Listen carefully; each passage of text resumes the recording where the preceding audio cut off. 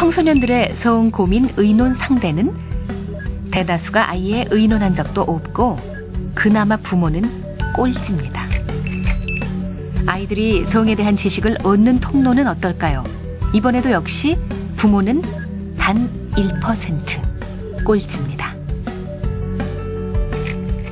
성적 피해 같은 심각한 사태가 발생했을 때마저 의논 상대로 부모가 꼴찌라는 건 더 심각한 문제죠. I think that it's really hard for adolescents who only have each other to go to. I think adolescents really need adults to go to, at least one adult, if not several adults, with whom they can feel comfortable talking about sex. 단 한 명의 어른. 모든 부모들은 그 단 한 명의 어른이 바로 자신일 거라 믿고 있죠. 그러나 실제는 그렇지 않습니다. 어떻게 해야 그런 어른이 될 수 있을까요? Simply, just simple answers. We don't have to push too far. Let them ask follow-up questions. To not be afraid to talk to our kids. It's important to communicate with our kids, to always convey to our kids our love for them. They need to know that we will be there for them no matter what happens. 미국 부모들의 섹스 토크 진화 과정을 보죠. 일단 성을 주제로 한 토론 횟수가 월등히 많아졌고요. 그러면서 자연스럽게 부모 자녀의 의사소통 능력도 일반인에 비해 높아졌습니다. 콘돔 교육 빈도수도 훨씬 많았습니다. 10대 임신율도 낮아질 수밖에 없겠죠. 다시 우리 아이들에게 돌아와 보죠. 아이들의 마음속에서 성은 어디까지 허용될까요? 사랑하는 사람이 생기면은 어디까지 할 수 있을까? 혹은 나는 스킨십을 어디까지 할 수 있다. 이거를 진지하게 생각해서 내 아이는 어디까지 성 표현을 허용할까? 사실 모든 부모들이 가장 알고 싶어하는 지점이죠. 반 이상이 키스까지는 괜찮다는데요. 남학생은 성관계도 가능하다가 제일 많습니다. 놀라셨나요? 사실 부모와 아이들의 섹스토크가 막히는 지점은 바로 거기였습니다. 서로 생각하는 수위가 다른 것이죠. 아이들이 정말 나누고 싶어하는 성 이야기는 어떤 걸까요? 사춘기 아이들은 정자와 난자가 만나서 아이가 만들어지는 것 따위는 관심이 없습니다. 아이들이 지금 정말 궁금한 건 성, 즉 섹스 그 자체입니다.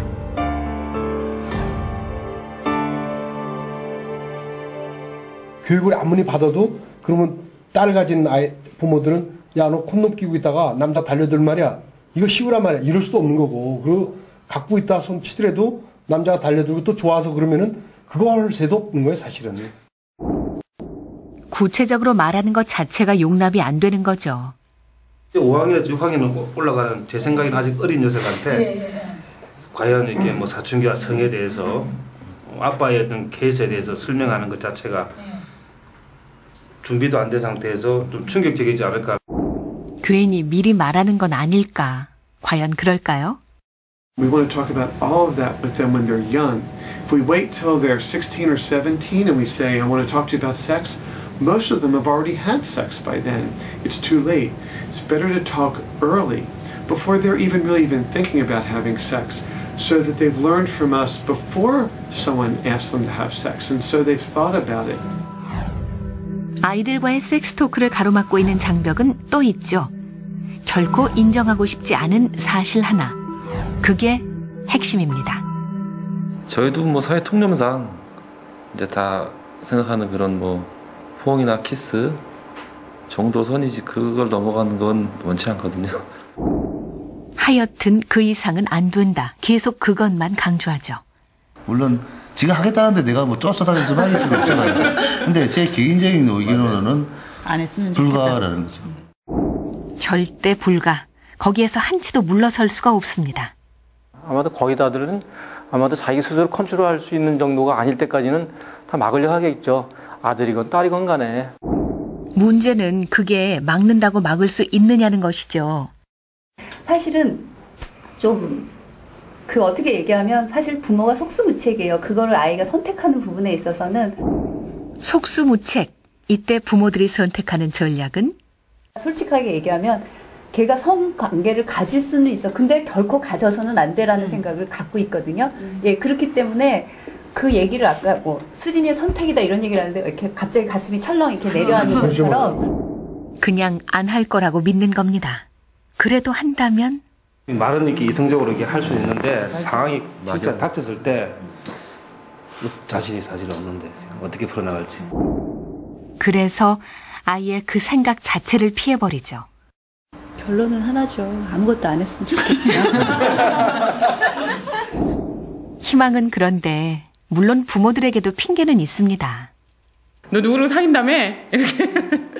그러니까 그런 거 보지 마. 내 사생활이야. 이렇게 이제 딱 하면서 아예 봉쇄를 하고.